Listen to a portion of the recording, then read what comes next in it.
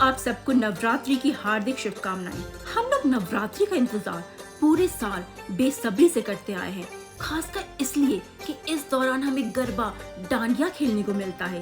लेकिन हमने कभी यह ध्यान नहीं दिया कि आखिर नवरात्रि में गरबा खेलते ही क्यों हैं। तो आइए तो शुरू करें। गरबा शब्द का मतलब ही है उत्साह, उमंग, जोश से भरपूर एक तरह का डांस फॉर्म जो भारत के गुजरात राज्य का प्रतीक है। यह एक संस्कृत शब्द गरबा और दीप से मिलकर बना है, जिसे गर्भदीप बोलते हैं। गरबा माँ दुर्गा के आरती के पहले और डांडिया माँ दुर्गा के आरती के बाद किया जाता है।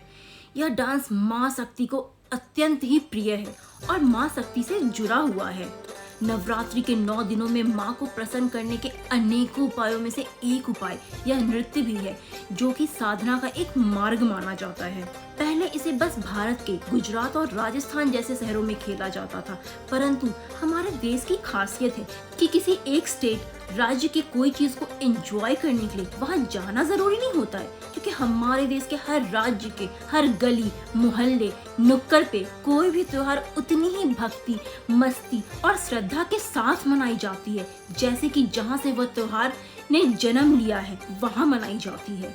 आई एम श्योर सभी ने गरबा डांस की तैयारी के लिए अपनी कमर कस ली होगी।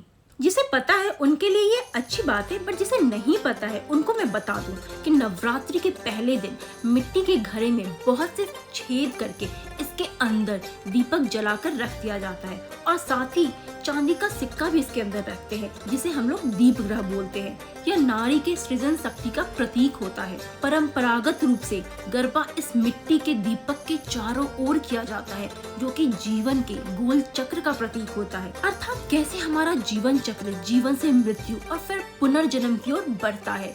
वहीं मिट्टी का घड़ा गर्भ का प्रतीक माना जाता है, जहाँ हमारी माँ अम्बे एक महिला होने के साथ ही साथ एक रक्षक भी है, जो दुनिया में सबको हमेशा भारी प्रकोप से बचाती आई है। इसके अंदर का प्रकाश गर्भ में पल रहे शिशु का प्रतीक होता है। ऐसा बोला जाता है कि लाखों वर्ष पहले माँ अम्बे ने महिषासुर राक्षस का वध किया था। महिषासुर के अत्याचारों से मुक्ति मिलने पर लोगों ने उस वक्त खुशी में जो नृत्य किया था, उसी नृत्य को गरबा का नाम दिया गया। यह नृत्य माता को अत्यंत ही प्रिय है।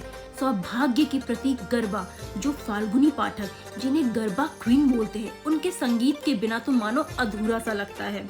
स्लो म्यूजिक के साथ शुरू की गई यह डांस धीरे धीरे अपनी रफ्तार पकड़ती है और उसी के अनुसार हम लोग अपनी परफॉर्मेंस डांस को भी फास्ट या स्लो करना शुरू कर देते हैं। गुजरात का यह फोक डांस आज भारत के साथ ही साथ भारत के बाहर रहने वाले गुजराती परिवार भी नवरात्र के दिनों में यूके, यूएस, कनाडा जैसे शहरों में रहने के बावजूद धूमधाम से बढ़ चढ़ कर इसका हिस्सा बनते हैं। आज के जमाने में इस डांस के 2 प्रकार सामने आते हैं, एक मॉडर्न और दूसरा ट्रेडिशनल। जहाँ मॉडर्न में डांडिया आता है, वहीं ट्रेडिशनल या आधुनिकता में गरबा आता है। हमारे युवा पीढ़ी को तो इसने अपने वश में कर रखा है। गरबा डांडिया से कुछ ज्यादा ही अट्रैक्टेड हो रखे हैं। शाम से शुरुआत होती हुई या कब मध्य रात्रि तक चलती रहती, लोगों को इसका एहसास तक नहीं हो पाता। सबके शरीर थक जाते हैं डांस करते करते, परंतु उनकी आत्मा मन तृप्त नहीं होता इसके खुमार से। उन्हें बस लगता है कि पूरी रात बस झूमते रहो और हमारी ये रात खत्म ना हो पाए। क्यों तो गरबा डांडिया दोनों डांस गुजरात की उपज है और नवरात्रि के समय ही खेलते हैं, लेकिन डांडिया बेसिकली वृंदावन की पैदाइश है। गरबा में हाथ पैर का यूज कर गोलाकार में घूमते हैं, वहीं डांडिया में रंगीन छड़ियां, कलरफुल स्टिक्स, जिसे माँ दुर्गा की तलवार माना जाता है, उसकी मदद से डांस करना होता है। तो व्यूअर्स, आपका गरबा डांडिया जो भी आपको भाए, थोड़ा ही सही आए, जो आपको इजी और कंफर्टेबल लगे, आप अपने अनुसार कर सकते हो।